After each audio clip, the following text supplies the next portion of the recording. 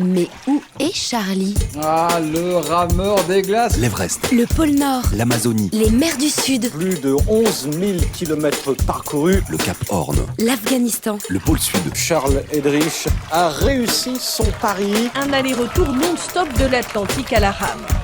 Où est Charlie? Aujourd'hui, je suis à Resolute Bay. C'est un petit village inuit de 200 habitants à 800 km au nord du cercle polaire arctique. Il est situé à l'extrême nord du Canada sur le passage du Nord-Ouest. Je suis passé là-bas en septembre 2009 à bord du voilier d'exploration polaire, le Glory of the Sea, à l'occasion du premier tour du monde par les deux pôles. Resolute Bay est l'un des endroits habités les plus froids du monde, avec une température annuelle moyenne de moins 16 degrés. Même en été, le sol reste gelé en permanence. À la belle saison, on trouve une mince couche de lichen et de mousse qui arrive à survivre. Je viens du Groenland et je suis seul sur ce voilier de 15 mètres que j'ai échoué en vrac sur la berge. Je n'ai pas de pilote automatique, je suis obligé d'être constamment à la barre et ces régions sont difficiles pour la navigation. En accostant, il me faut récupérer d'un très gros manque de sommeil. Le village est à une quinzaine de minutes du bateau et après plusieurs jours de mer, je me dégourdis les jambes sur la seule piste qui relie le hameau à la piste d'atterrissage. Comme tous les villages du Grand Nord, les Inuits ne sont reliés au reste du monde que par avion. Je croise quelques rares voitures, une s'arrête avec à son bord un personnage très sympathique et improbable.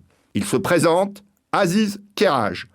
Sa première question est de savoir si je suis armé et je lui dis que j'ai laissé mon fusil à bord du bateau. Il me conseille vivement de monter à ses côtés dans le 4x4.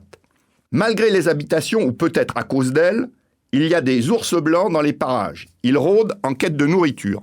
Nous en croiserons 3 avant d'arriver chez lui, dans l'hôtel qu'il dirige. Il est particulièrement accueillant, notamment il me prête une voiture pour éviter les mauvaises rencontres. Aziz n'a rien d'un esquimau, il est tanzanien. Il est arrivé d'Afrique comme travailleur immigré, sans un sou en poche. Son histoire est incroyable.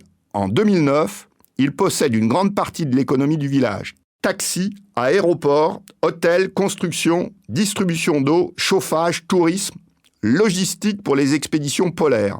Et ses affaires vont au-delà du village de Resolute Bay. Il est surnommé le magicien d'Oz. Il est marié à une Inuit, il a des enfants et des petits-enfants. En 2011, il attend sur le tarmac de l'aéroport le petit avion qu'il a affrété. C'est la tragédie. L'avion s'écrase pas loin de la piste. 12 morts, dont plusieurs de ses collaborateurs et sa petite-fille Cheyenne. 3 passagers survivent, parmi eux, la sœur de celle-ci, Gabrielle. Aujourd'hui, à 60 ans, il a vendu une partie de ses affaires.